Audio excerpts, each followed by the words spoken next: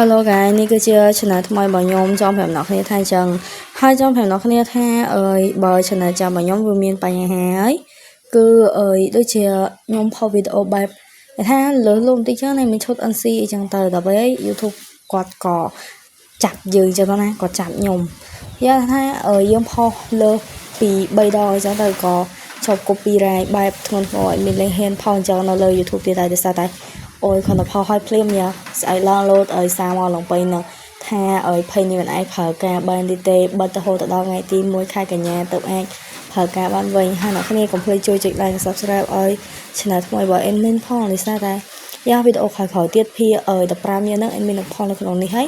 ឬក៏ដូចជាព័ត៌មានផ្សេងៗអី admin នឹងដាក់នៅក្នុងនេះដែរដោយសារតែភ័យនោះវាមានបញ្ហាចឹងទៅហើយអ្នកគ្នាមិនបាច់សួរទេថាចុះបើនិយាយថាអ្នកមកថ្មីហ្នឹងគាត់ឆ្ងល់ថាចុះមានមិន channel នេះមានតែភាគ15យកអីចឹងទៅហើយអ្នកគ្នាបើចង់មើល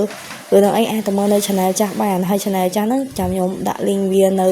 ក្រោម comment ខាងក្រោមហើយបើថាមើលដល់ channel ចាស់ហ្នឹងហើយ sorry ផងដោយសារតែវាបាត់ភាគខ្លះចឹងណាដូចជាភាគ3ភាគ4ឬក៏ភាគ13 14ចឹងទៅវាឈុត NC ហើយអាចឈុតអស់ហ្នឹងសុទ្ធតែគេ block admin ចោលអស់លេងហើយអ្នកគ្នាបើសិនជាចង់មើលភាគហ្នឹងអីអាចចូលទៅក្នុង Telegram របស់ admin បាន admin នឹងដាក់នៅក្នុង comment ខាងក្រោមដូចគ្នាហើយអ្នកគ្នាវីដេអូ admin ក៏មានប៉ុណ្ណឹងដែរហើយជួយប្រាប់តគ្នាហោះដោយសារតែ admin គឺពិបាកចិត្តខ្លាំងមែនតើ channel admin គឺវាជាប់យូរអញ្ចឹងដែរជួយប្រាប់តគ្នាផងអ្នកដែលធ្លាប់មើល channel admin អីបាយបាយអរគុណ